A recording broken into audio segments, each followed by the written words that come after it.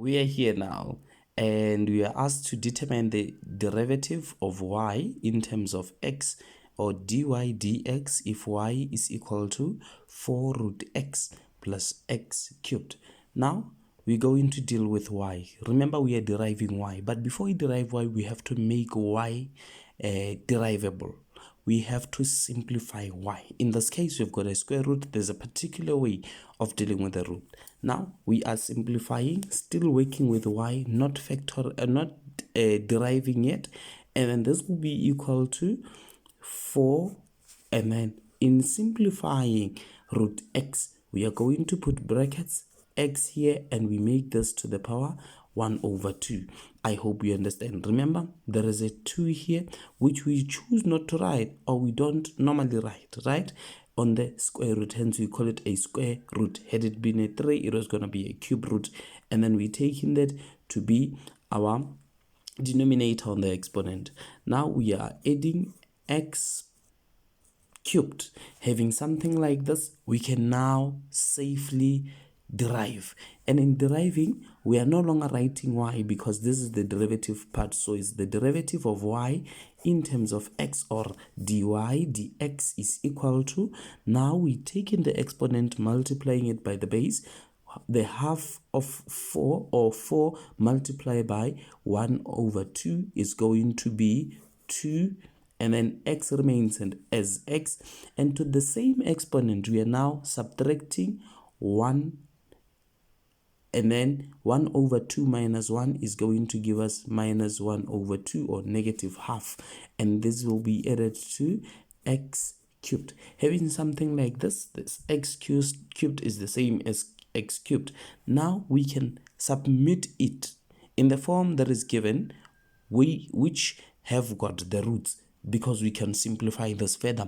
Ladies and gentlemen, now we are going to say, therefore, this is the concluding statement. We have dy dx, which they are looking for, which you and I are looking for, and this will be equal to having something like this. Now we are going to say, because we have got a negative, this tells us that we are going to have it as a fraction, and because we've got a 2, this 2 goes up there, right?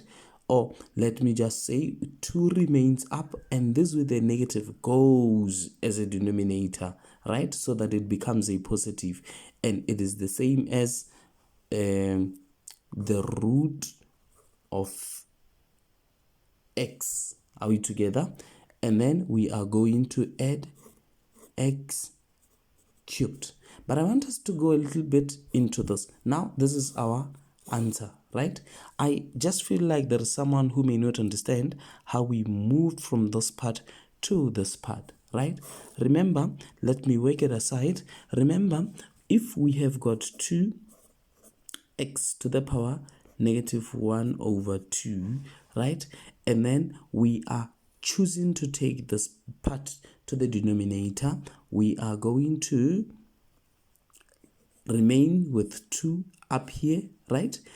Or let me do it like this. Say they are multiplying, because 2 and x in this case are multiplying, but our x is raised to the power half. And having something like this, we are simply going to take this part to the bottom.